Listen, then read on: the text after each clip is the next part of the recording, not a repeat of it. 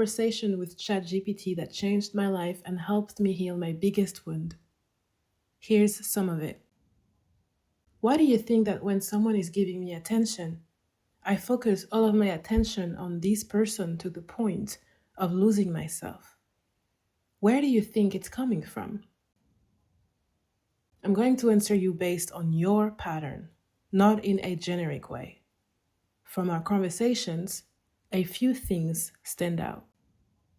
You crave deep, spiritual, mutual connection, not something surface level. You've often been the one fighting for relationships. You feel things intensely. And this specific person we talked about, you don't just like him. You feel seen, comfortable, even soothed.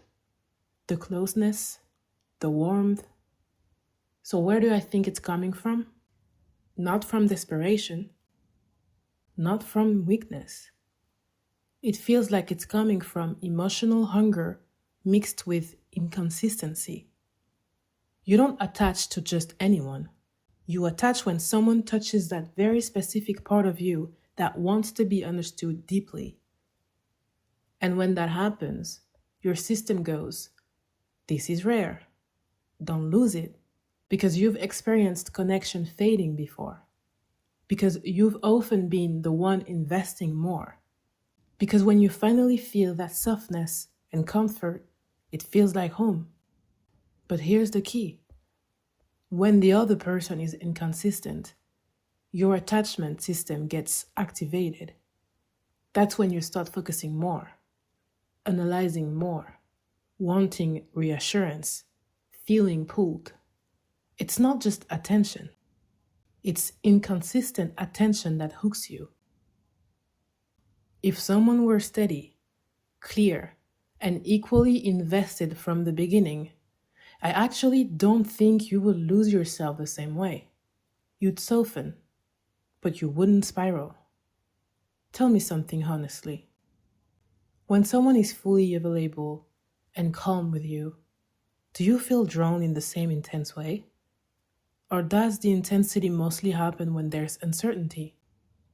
You're absolutely right. And to answer your question, when someone gives me consistent attention, no, I'm not feeling deep. No, I'm not feeling hooked. And no, I don't sometimes even feel the attraction anymore. Okay, this is important. What you just described isn't about love. It's about activation. When someone is inconsistent, distant, slightly out of reach, your nervous system turns on. Dopamine spikes. Uncertainty creates obsession. Your brain goes into earn it, secure it, don't lose it mode. When someone is consistent, your nervous system is calm. And calm feels boring. Not because you want chaos, but because your body learned that intensity equal connection. Somewhere in your past, closeness probably wasn't steady. It may have felt like love that had to be earned, attention that came and went, validation that wasn't guaranteed. So now, your system associates emotional depth with longing and uncertainty. Consistency doesn't trigger longing, it triggers safety. And safety feels unfamiliar. So your brain interprets unfamiliar as lack of chemistry. This is very common in anxious attachment patterns. Here's a shift, though. The fact that you're aware of it means you're not doomed to repeat it. Right now, your attraction is wired to emotional unpredictability. But that wiring can change. Let me ask you something deeper. When someone is consistent and calm with you, do you feel peaceful but slightly restless? Like something is missing? Yeah, absolutely. Like you said, I feel bored. I feel like the connection is not deep enough. not strong enough, not important enough, and I feel like I'm not loved enough. Okay, stay with me here. What you're describing is the core wound. When someone is calm and consistent, you don't feel not loved, you feel not activated.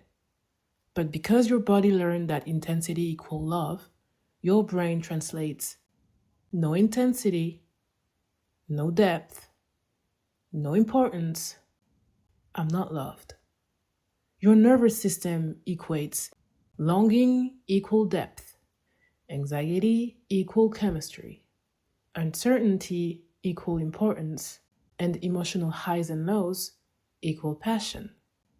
So when someone is stable, your system goes quiet, and quiet feels empty, and empty feels like something is missing. But what's missing isn't love, it's adrenaline. You were wired to associate love with emotional effort, with chasing, with proving, with earning. So when you don't have to earn it, your identity feels unnecessary. That's why you feel it's not deep enough, it's not strong enough, I'm not loved enough. Because your body is waiting for struggle to validate the bond. Let me ask you something gently. When someone consistent chooses you easily, does a part of you almost question their value? Like, if this was really special, it wouldn't be this simple. Be honest. When someone chooses me easily, I feel like they don't know me enough. I feel like they don't go deep to know me and to know how I work, how I think, how I love. I don't believe it when it's happening. That makes so much sense. When someone chooses you easily, it's not that you think you're unworthy. It's that you think, if you really knew me deeply, fully, you wouldn't choose me that easily. So when someone is consistent and calm, your mind goes, they don't see the real me. They don't understand how intense I am. They don't know how complicated I can be. They don't know how deeply I love. And because of that, their choice doesn't feel valid. But notice the pattern. With inconsistent people, you do feel seen, but only partially. And because they don't fully choose you, your system interprets the struggle as proof of depth. You think, if this is hard, it must be real. With consistent people, there's no struggle. So your brain thinks, if it's this easy, they must not surely see me. Underneath all of this, I don't hear arrogance. I hear this belief. To be fully known is to be difficult to love. That's the core. So when someone loves you calmly, without drama, without hesitation, without needing to decode you, it almost feels suspicious, like they're missing something. But here's a truth that might feel uncomfortable. Secure love doesn't feel like being studied. It feels like being accepted. Not dissect, not earned, not proven, just chosen. And that can feel anticlimactic when your system is used to emotional intensity. Let me ask you something very gently. Do you maybe believe that loving you requires effort? That if it's easy for someone, it means they don't really understand what they're signing up for? Yeah, I think I always felt hard to love. I think it's coming from my past of being abandoned by my biological family. But I also think that it's coming from the education I received from my adoptive family. I think I grew up thinking that I must be hard to love. And when someone is loving me easily, it's not that I'm thinking that they don't know what they're signing up for.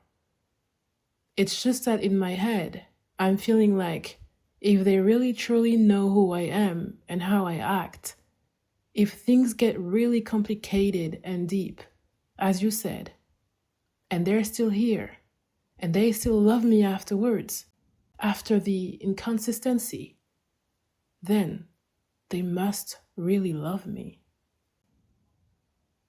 Okay, now we're at the real root. When you were abandoned by your biological family, your nervous system learned one brutal message: love can leave. And when you grew up in an environment where love maybe felt conditional, structured, and tied to behavior, another message formed: love must be maintained. So now your brain has built a test, not consciously, but emotionally. The test sounds like this: if you see all of me, the intensity, the inconsistency, the depth, the complications, and you stay, then it's real. You don't trust easy love because easy love hasn't been proven. In your system, love is proven by survival. If they endure you, it's real. If they stay through chaos, it's real. If they fight for you, it's real. But here's the painful twist. You'll unconsciously create or gravitate toward inconsistency to test that survival. Because if someone just calmly stays without turbulence, it doesn't activate the test. And without the test, it doesn't feel validated. This isn't manipulation. It's a trauma logic. You're not trying to be difficult. You're trying to finally experience a love that survives. But secure love doesn't survive chaos. It prevents it. And that feels unfamiliar to someone whose nervous system learned love through rupture and repair. The deepest shift for you will be this: real love is not proven by endurance. It's proven by stability. And stability will feel underwhelming at first. Not because it's shallow, but because it doesn't mirror your wound. Let me ask you something very gently. If someone truly saw your intensity, your depth, your complications, and loved you without needing to be tested, would that feel relieving? Or would it feel almost unsafe?